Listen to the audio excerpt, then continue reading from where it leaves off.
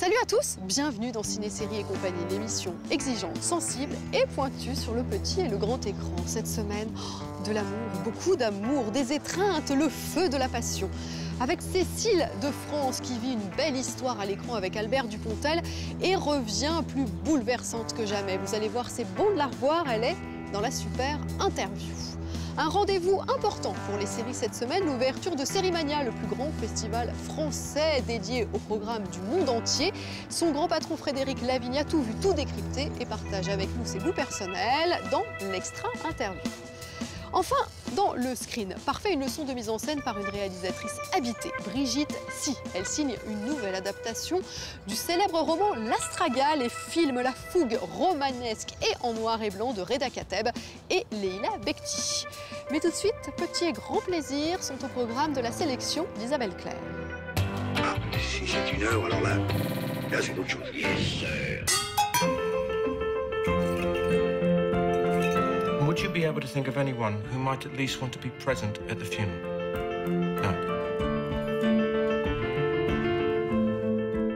And you would... No. La tendre et jolie surprise de la semaine, c'est Une belle fin, un film subtil et émouvant sur la valeur de la vie de chacun d'entre nous, avec l'impassible et pourtant ultra expressif Eddie Marsan en arrangeur d'enterrement. Aux côtés de Joan Froggatt de Downton Abbey, l'acteur britannique y incarne John May dans sa petite vie tirée à 4 épingles, qui s'occupe de la mort des autres au lieu de s'intéresser à sa propre existence. Dear Mum, thank you so much for my wonderful present.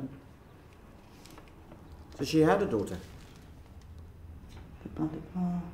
Please write again soon. Love you with all my heart. Ah, Susie. Susie's the cat. Est-ce qu'on quittera cette terre tout seul? À quoi et à qui sert un enterrement? Autant de questions justement posées par ce film autour de la solitude et qui vous mèneront assurément vers une très belle fin.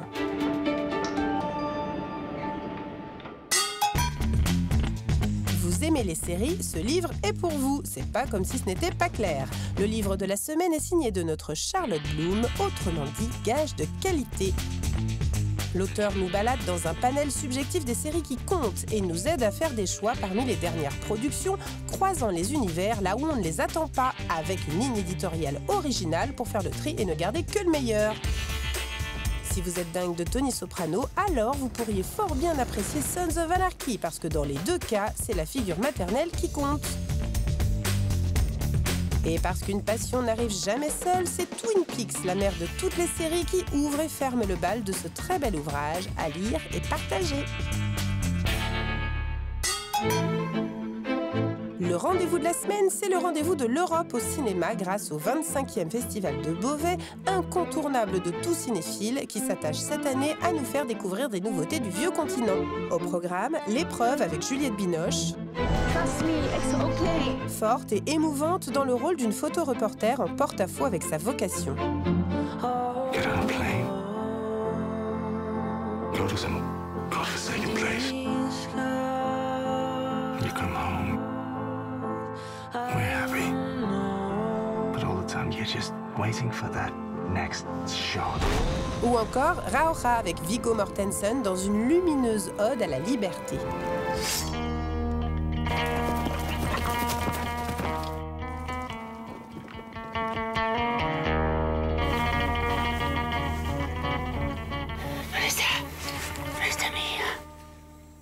Des films inédits, une exposition autour de l'œuvre de l'insoumis Pasolini et de nombreux invités dont le réalisateur britannique Peter Greenaway, celui qui mêle tous les arts possibles à son cinéma. En bref, un festival indispensable autour de l'amour de l'image.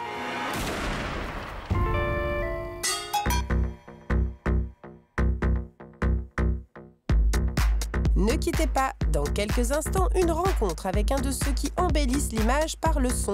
Un compositeur de musique de film, ici Arnaud Robotini, musicien français de musique électronique au service de l'envoûtant Eastern Boys.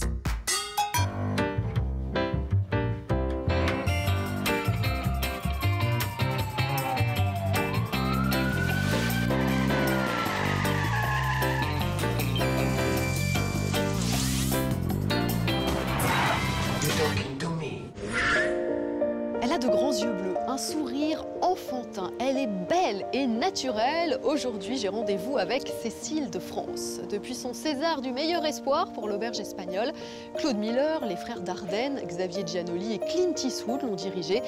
Des personnages souvent pleins de force. Mais voilà que Cécile de France se révèle fragile et bouleversante dans En équilibre. Face à Albert Dupontel, elle incarne un personnage a priori très sûr de lui, une femme dont les failles vont se révéler grâce à l'amour et la musique. Comment cette bosseuse invétérée a-t-elle marié technique et lâcher prise? À l'aube de ses 40 ans, rencontre avec une fille bien trop cool dans ses baskets pour être une actrice comme les autres. Vous jouez du piano? Mais en fait, j'aurais dû être professionnelle. De toute façon, il y a eu un concours que j'ai pas réussi et ça m'a fait comprendre que j'étais pas faite pour ça. Vous avez arrêté la musique parce que vous avez arrêté un concours? Non, on fait pas forcément ce qu'on veut dans la vie. Si. Cécile, vous incarnez souvent des personnages que je trouve pleins de force. Et cette femme que vous jouez dans En équilibre, en apparence, elle est très solide. Et puis petit à petit, elle va dévoiler sa vulnérabilité. En quoi est-ce que c'est assez nouveau pour vous? C'est vrai que, ouais, peut-être qu'on me propose plutôt des personnages sains.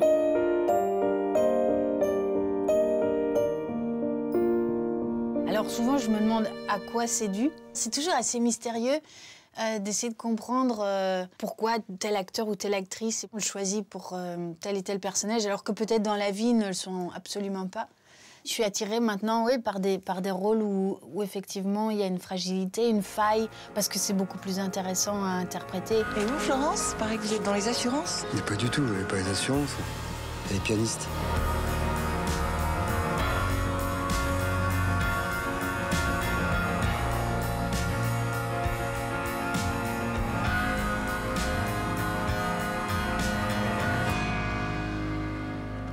Vous pleurez facilement au cinéma? Non.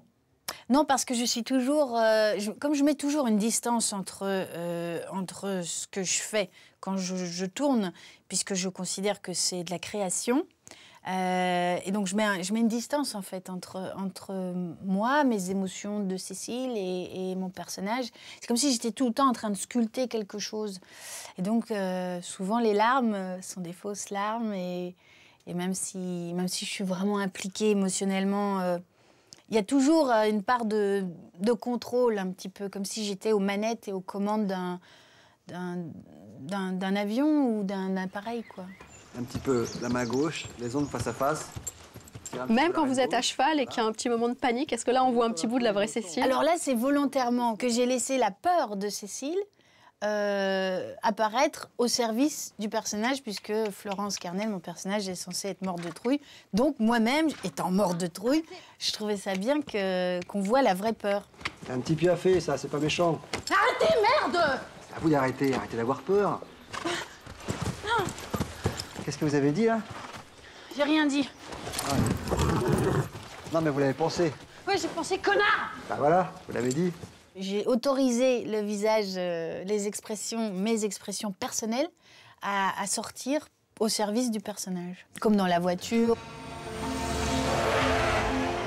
Ça va, vous êtes bien amusés? Il n'y a pas des réalisateurs qui vous ont donné la sensation de vous perdre? Non. Même avec les frères Dardenne, où c'est vraiment un cinéma qui ne triche pas, où tout se voit. Mais vous êtes toujours au contrôle de votre instrument, donc vous pouvez toujours décider de garder cette chose saine, en fait, qui vous permet de ne pas être débordé par la souffrance d'un personnage. En fait, je l'ai vécu quand j'avais 12 ans, j'ai joué un personnage pour un spectacle amateur, et où j'étais complètement imprégnée du personnage. Et quand le spectacle s'est terminé, j'étais perdue, je ne retrouvais pas qui j'étais. Donc je me suis dit, plus jamais ça. Ça vous manque? Non, parce que je suis très heureuse de ce fonctionnement. Ça me convient bien. Ça me permet de rester peinard dans ma tête, quoi. Qu'est-ce qui se passe quand vous n'arrivez pas à faire quelque chose? Vous êtes une impatiente, vous recommencez Non, en fait, comme je suis quelqu'un qui a décidé d'être vraiment tranquille dans la vie, je me dis, bon, bah voilà, je donne le maximum. Voilà, c'est pour ça, par exemple, que j'ai pas de mal à me voir, parce que je me dis, comme sur le moment que j'ai vécu, j'ai donné vraiment tout ce que je pouvais, le meilleur de moi-même. Je ne peux pas faire mieux, donc voilà, c'est comme ça. Et j'ai pas de regrets, quoi. C'est pas dans les normes, ça. Bah si, c'est dans les normes. Non, c'est pas dans les normes, 80 cm. Ah non, il va s'accrocher chaque fois qu'il va passer et il va tomber. J'aimerais pas qu'il vous arrive la même chose qu'à M. Ferrand. Hein. Vous connaissez pas M. Ferrand? Mais si, celui qui est en prison. Il a refusé de faire une ronde dans les normes. Il y a un handicapé qui s'est accroché à sa rambarde, l'a culbuté, il s'est tué. En fait, je me rends compte que vous n'êtes pas tellement actrice, en tout cas, parce que vous n'êtes pas torturée. Qu'est-ce que vous avez d'une actrice? Ben, les acteurs... L'ego? Oui, alors je suis très narcissique, je suis très sûre de moi. Ouais, j'ai assez bien confiance en moi. Je me dis, bon, je peux le faire. Quand je veux un truc, je peux le faire. Non, j'ai quand même les défauts. Et bon, les qualités, ça... Mais les défauts des acteurs, hein, ça, c'est vraiment... Mais un acteur, c'est avant tout c'est quand même un créateur, quoi. Et un grand artiste, quoi. Donc, c'est vrai que je me sens profondément artiste. C'est-à-dire que si on m'enlevait mon art, je serais malheureuse.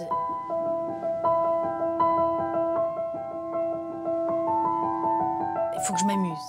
Et le matin, je me lève et je sais que je fais kiffer, quoi. Même si c'est des scènes douloureuses, même si le réalisateur est exigeant et que ça va être vraiment éreintant,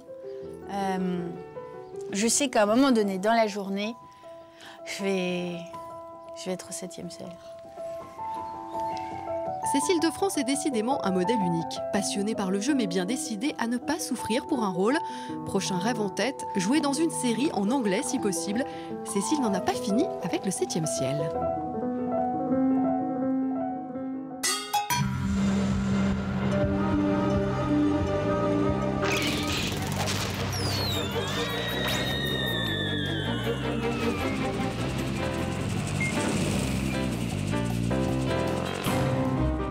Cette semaine, dans le détail qui tue, nous faisons une danse de la joie face au retour de la merveilleuse Silicon Valley qui nous raconte la pénible ascension d'une bande de nerds partis mollement mais sûrement à l'assaut de la Mecque des nouvelles technologies. La comédie satirique de Mike Judge, créateur de la mythique série animée Beavis and Butthead pour MTV dans les années 90, frappe encore plus fort sur la tête des geeks nourris aux lignes de code dans cette seconde saison aussi cruelle qu'hilarante. This luxuriant hair conditioner is for curly hair. Which one of you straight-haired dick farmers used it up?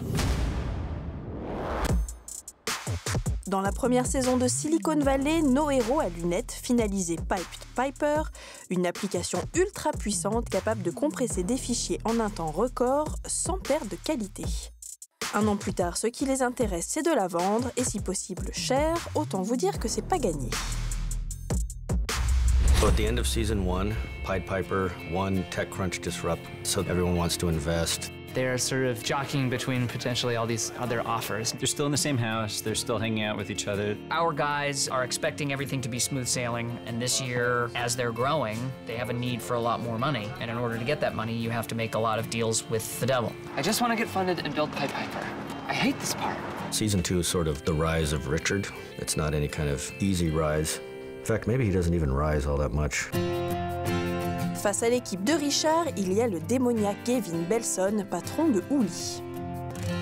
I just got humiliated by a teenager. All I care about is Nucleus is better than Pied Piper. I don't know about you people, but I don't want to live in a world where someone else makes the world a better place, better than we do. La seconde saison de Silicon Valley, c'est en ce moment même sur City. And what kind of a monster puts artisanal butter in the freezer? Animals? Mother!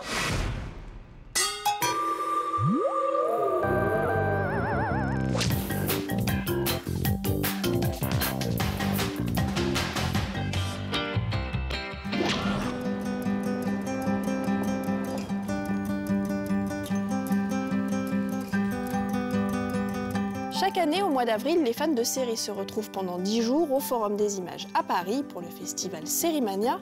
Et cette semaine, l'invité de l'Extra Interview en est le directeur artistique Frédéric Lavigne. Il nous parle du cinéma comme d'un art dont il se fait le passeur, dans son métier, mais aussi en famille, et de la façon dont il gère l'étape difficile de la fin d'une série, notamment celle de l'inoubliable Six Feet Under. Vous avez une formation de scientifique à la base, donc à quel moment votre vie a dévié vers le cinéma et la série aujourd'hui? Elle a dévié une petite trentaine, voilà, un moment où je me suis dit que l'amour du cinéma était plus fort que l'envie de travailler dans les sciences.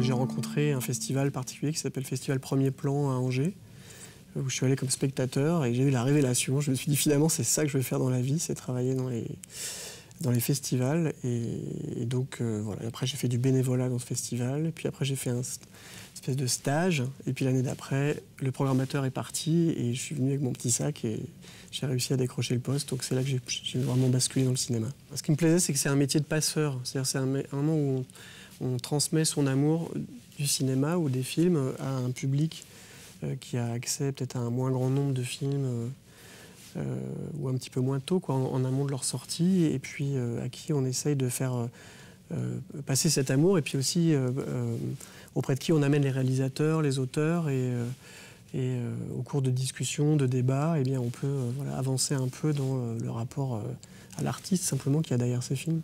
Qui c'était que vous aviez absolument envie de rencontrer ou d'écouter parler de son travail? Si on vient sur les séries, par exemple, il y en a un, je pense qu'on l'aura à l'usure, on ne l'a pas encore cette année, mais c'est Alan Ball.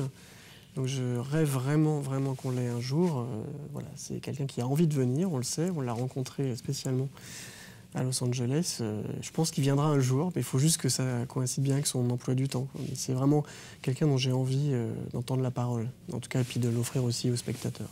Un des grands moments, je pense qu'il va être dur pour beaucoup de gens cette année, c'est la venue de Matthew Weiner pour, je vais pas dire fêter, célébrer la fin de Mad Men, mais enfin en tout cas pour en parler.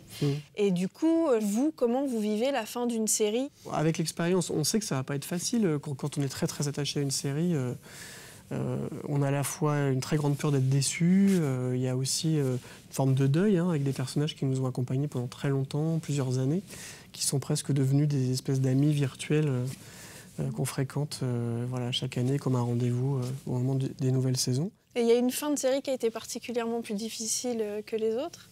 On va revenir à Alan Ball, c'est Six Feet Under qui a été effectivement pour moi la plus difficile, parce que je pense que c'était la série la plus émotionnelle, la plus intime, qui parlait quand même de la famille, de la vie, la mort et de choses comme ça, et puis qui se termine en plus sur un adieu pour le coup définitif avec les personnages assez radical. Et en même temps, c'est une des plus belles fins qui ait jamais été faite pour une série. Cette série était quelque chose de philosophique, de profond, qui fait que la fin était encore plus intense, sans doute que d'autres séries. Mais après, je sais qu'il y a des gens, par exemple sur Lost, pour qui ça a été un grand trauma, aussi parce qu'il y avait une colère pour certains de la façon dont ça se terminait, parce qu'on a aussi une exigence. Des fois, on a envie de prendre les rênes pour écrire nous-mêmes la fin de ces séries quand on y est terriblement attaché. On dit qu'on apprend de nous quand on regarde une fiction. Il se passe quelque chose d'assez fort en nous pour que ça impacte réellement sur notre vie. Est-ce qu'il y a eu cette série ou ce film?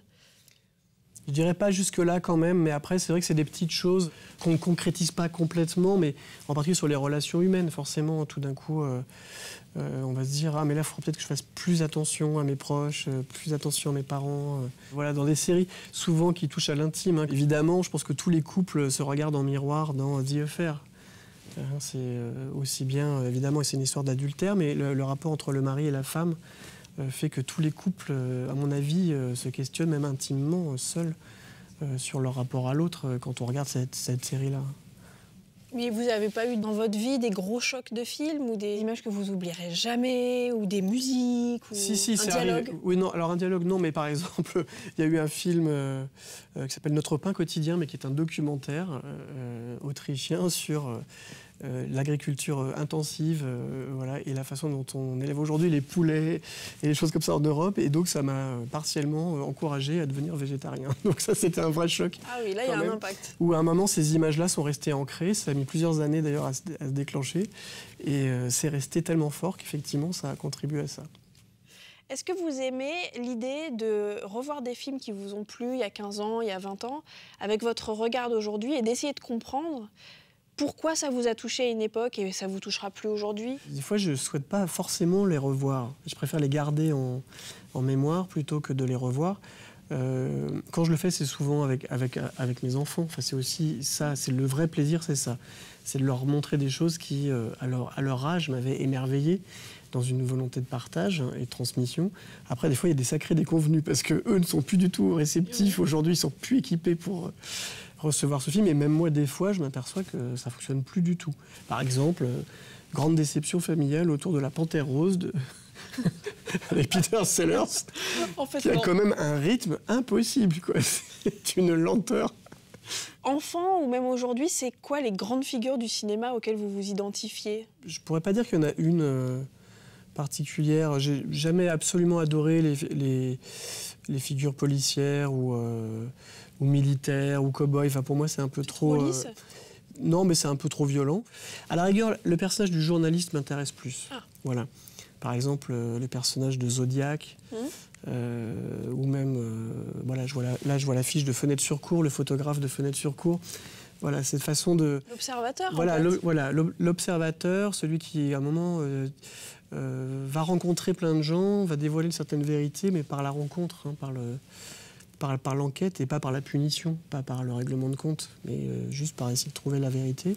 Ça m'intéresse plus. Et c'est plus proche d'ailleurs de mon métier, qui cherche à dénicher des choses pour les amener et puis voilà, les montrer, les partager.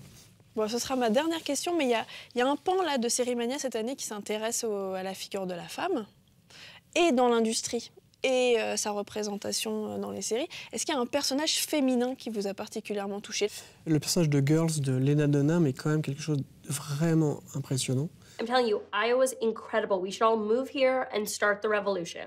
No one is moving to Iowa ever, but I'm so glad you're happy. Honestly, I feel like I made the right decision, which is a totally new sensation for me. I mean, I'm eating grapes as a snack. En plus, c'est un personnage qui n'est pas aimable et qui ne fonctionne pas par la séduction.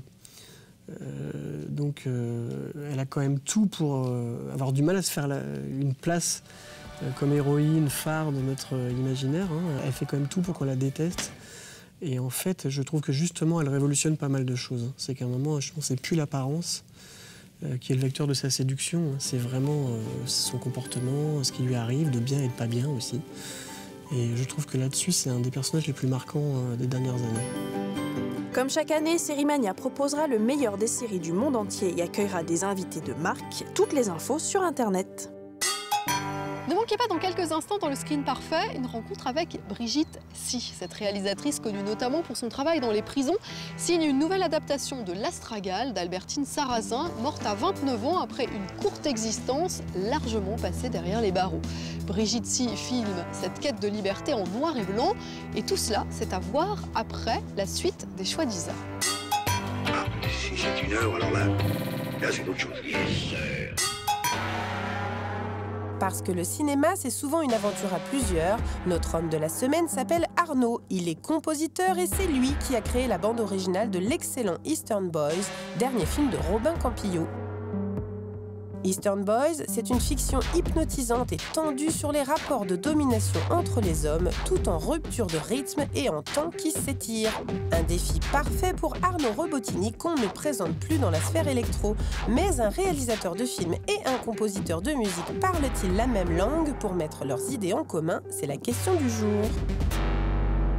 Avec Robin, on parle le même langage, ce qui n'est pas forcément le cas tout le temps. Robin est un grand amateur de musique, un mélomane même, on peut dire ça comme ça.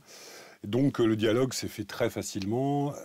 Il est venu me chercher pour quelque chose de précis que je faisais avant et qu'il a fallu juste adapter pour le film.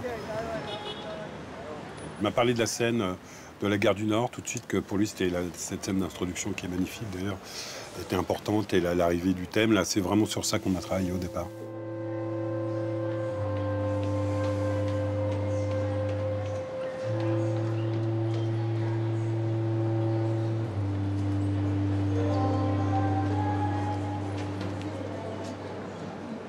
Bonjour. Bonjour. Comment tu t'appelles? Il y a un côté très éthéré dans le film qui peut faire penser à certains Antonioni, comme ça. Et donc, du coup, moi, c'est plus ce côté-là qui m'a intéressé, le côté d'étirer les sons, de garder beaucoup d'espace. Dans la partie non-musique électronique, c'est le plus acoustique. La musique, c'est comme des petites cellules qui viennent s'enchaîner les unes aux autres et viennent souligner des moments de la scène où il y a besoin de musique. La partie techno, ce sont des vieux synthés Roland, Korg, Sequential Circuit, enfin toutes les marques un peu vintage comme ça. Et puis sinon, la formation, c'était clarinette basse, flûte, violon, violoncelle, piano, harpe. Des virgules subtiles qui accompagnent souvent les actions de Daniel, le personnage principal, mais aussi des morceaux de techno plus durs dans une scène phare de presque 15 minutes dans laquelle la musique prend tout l'espace et nourrit l'action. T'inquiète pas. J'adore cette musique. Сделай погромче.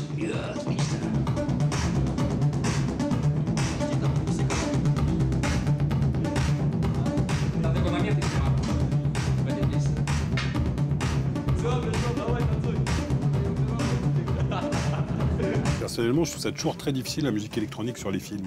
Surtout comme ça, c'est un peu casse-gueule. Mais la façon dont il est utilisé, je trouve ça vraiment bien. C'est effectivement la musique qu'ils entendent, voilà, ils se mettent de la musique, ils dansent. Et en même temps, elle a une fonction aussi narrative dans l'histoire qui marche bien.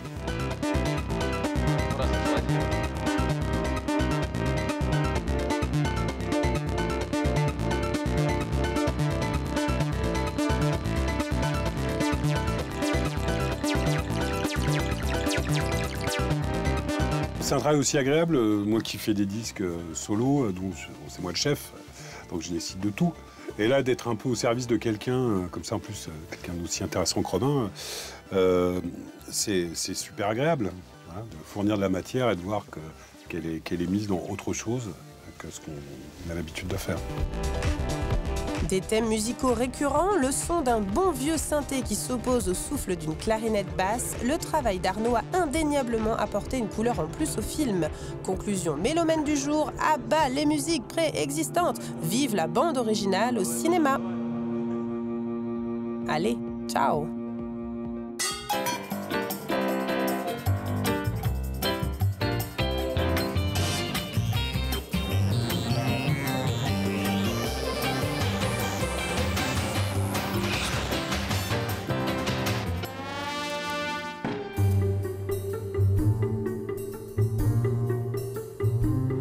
Brigitte Sy est une réalisatrice qui vit au bord d'un monde qu'on représente trop peu au cinéma. Là où les femmes sont comme des étoiles noires qui nous coupent le souffle par leur ampleur, leur profondeur, leur violence et la réalité d'un monde qu'elles nous donnent à voir. Brigitte, votre premier film Les Mains Libres était autobiographique. Pour votre second long métrage, L'Astragale, vous adaptez le récit autobiographique d'Albertine Sarrazin. Avez-vous forcément besoin de la réalité pour construire la fiction? Absolument. Je n'arrive pas beaucoup à m'intéresser à des romans totalement inventés. Moi-même, quand j'écris, je n'arrive pas à inventer. Je n'ai pas d'imagination, j'ai besoin que ce soit en vrai. Brigitte Sy débute au cinéma d'abord comme actrice auprès du réalisateur Philippe Garrel. Devenue son égérie, elle apparaît à l'écran dans 5 de ses films. Avec le temps, elle visite également l'univers de Pierre Scholler, de Valérie Donzelli et de Cédric Kahn. Après le cinéma, l'autre rencontre qui oriente sa vie, c'est celle du monde carcéral. De la prison de la Santé à la centrale de Poissy, elle consacre une partie de son temps à des ateliers d'écriture de scénarios qu'elle anime régulièrement. Elle y fait la rencontre d'un détenu dont elle tombe amoureuse. L'histoire qu'elle vit avec lui, elle commence à la raconter à travers un court-métrage et la poursuit dans son premier film. Son deuxième long-métrage est l'adaptation du récit autobiographique d'Albertine Sarrazin, une histoire d'amour fou sur fond de cavale dans la France des années 60.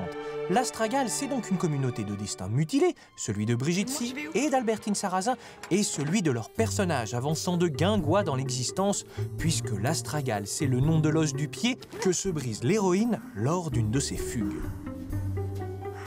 Albertine Damien, née à Alger en 1937. Votre conduite a contraint vos parents adoptifs à vous placer au Bon Pasteur, une maison de correction de Marseille. Et c'est là que vous rencontrez votre complice, Marie Lefebvre. Vous allez bénéficier de longues années en prison pour y réfléchir, mademoiselle. 17 ans. T'inquiète.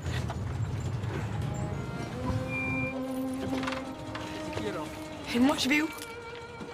J'ai l'impression que ce deuxième film assume plus ce que Philippe Garrel a pu être comme inspiration à un moment dans votre vie? Est-ce que vous avez partagé? J'ai tâché vraiment de faire mon film avec ma musique, mais en effet, c'est Philippe qui m'a formé au cinéma. Moi, avant de rencontrer Philippe, je ne savais même pas que je pouvais imaginer faire du cinéma un jour. Donc oui, absolument, c'est une vraie référence pour moi, Philippe, oui. C'est un film qui s'inscrit dans la France des années 60. Quels sont les pièges de la reconstitution que vous avez voulu éviter? Le piège lui-même de la reconstitution, c'est-à-dire qu'on ne voulait surtout pas faire un film de reconstitution. D'abord parce qu'on n'en avait pas les moyens. Ça, c'est sûr et c'est certain. Je pense qu'il faut beaucoup de moyens pour faire un film de reconstitution. Je regardais l'autre jour un bout de Chinatown de Polanski. Je veux dire, c'est magnifique. C'est-à-dire, le film est au-delà de l'époque dans laquelle la chose se passe, l'histoire se déroule. Pour être plus fort que l'époque, il faut soit avoir beaucoup de moyens, soit décider qu'on s'en fout de l'époque. C'est-à-dire, il faut y croire, mais non pas, et une fois qu'on y croit, l'oublier. Ce qui compte, c'est que tu sois là. Je me trompe pas. Non, je te trompe pas, non. Pourquoi tu ris? Pour rien. Voilà, le noir et blanc fait partie de cette problématique. Comment ne pas être dans la trivialité du décor? Parce qu'on se met dans Paris, à Montmartre, comme on s'est mis, ou dans des rues, enfin certaines rues de Paris, on est tout de suite dans une carte postale, si on est en couleur. Si on est en noir et blanc, on est dans une perspective, on est dans des lignes, on est dans les matières. Donc on est dans les purs.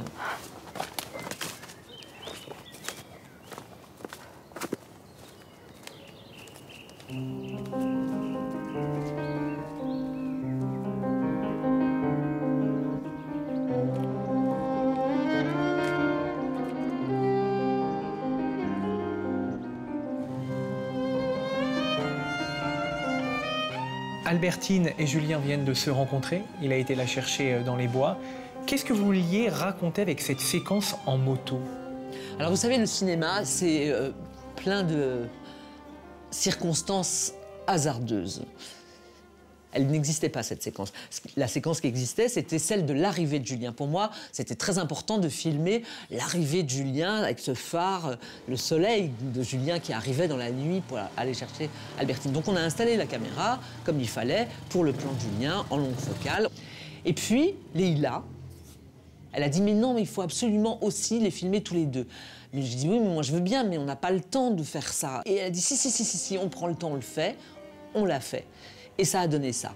On aurait pu le faire pour le faire, mais on ne l'a pas fait pour le faire. Les inconscients de chacun se sont cousus les uns les autres et on l'a fait comme ça.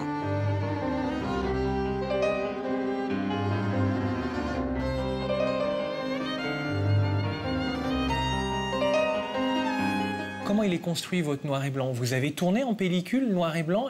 Comment ça s'est passé? Oui, alors on n'a pas tourné en pellicule parce qu'on n'en avait pas le temps, hein, parce que la pellicule, c'est d'abord du temps, ni les moyens après de post-production. Donc on a tourné en numérique et on a tourné en couleur. Et ensuite, on a transformé en noir et blanc. Et en effet, si vous aviez vu les costumes, les couleurs des costumes, vous seriez parti en courant. Parce que la chef déco, Françoise Arnaud, qui a fait et les décors et les costumes, a vraiment travaillé en pensant noir et blanc tout le temps. Donc il y a des violets qui se heurtent avec des jaunes sur le plateau. C'était assez terrible ce qu'on voyait. Ah, merci! Je t'aime! Je t'aime! Oui, j'ai rencontré quelqu'un. C'est grâce à lui que je m'en suis sortie. Les planques, l'hôpital, c'est lui tout ça. Mais moi je t'aime plus que lui. Regarde, il m'a fallu à peine 3 jours pour te retrouver. Oh! Est-ce que vous avez travaillé, vous, avec des références sur des noirs et blancs? Parce qu'il y en existe des milliers. Bien sûr, oui. On a travaillé à partir de photographies, surtout. Hein. On ne s'est pas servi des films comme référence. On travaillait sur des photos. Parce qu'on travaillait sur des séquences précises. À chaque fois, on disait comment on veut voir cette séquence. Alors, tac, je trouvais une photo, je l'envoyais à Fred, je dis voilà, cette photo pour cette séquence-là. Voilà, tout le temps, on s'est envoyé plein de photos. On n'a pas tellement pensé cinéma, on pensait nos séquences. Comment on veut raconter ça, quoi, à la lumière, au cadre. Très important, le cadre. Un monsieur que vous connaissez bien, Philippe Garrel, reconnaît dans l'utilisation du noir et blanc son côté formaliste. Il dit « Moi, j'ai du mal à me soustraire à la beauté extérieure ». Est-ce que vous vous inscrivez dans cette démarche en filmant aussi en noir et blanc? C'est pas pour me soustraire à la beauté extérieure, c'est pour me soustraire à la trivialité extérieure. Je n'aime pas voir les détails, je trouve aujourd'hui tout très laid. Je trouve tout très laid, voilà.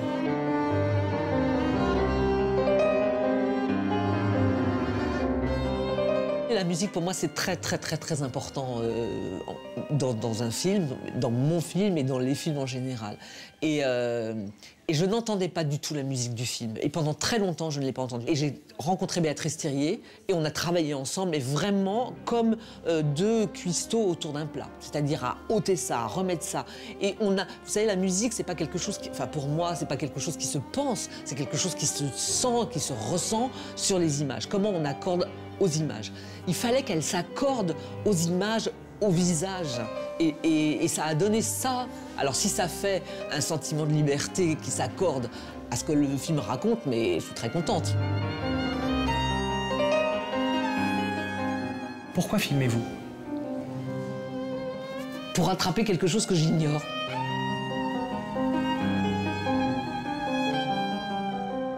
Et voilà, le temps passe décidément trop vite en votre compagnie. Il est temps de se séparer, mais ne soyez pas tristes. Vous pouvez revoir cette émission et les précédentes sur OCS Go. La semaine prochaine, de nouveaux héros viendront envahir votre imaginaire. La lumineuse Virginie Efira, la pétillante Julie Zenetti et le réalisateur de Bienvenue à Gattaca ou encore Lord of War. Et oui, j'ai nommé Andrew Nicol. Allez, salut!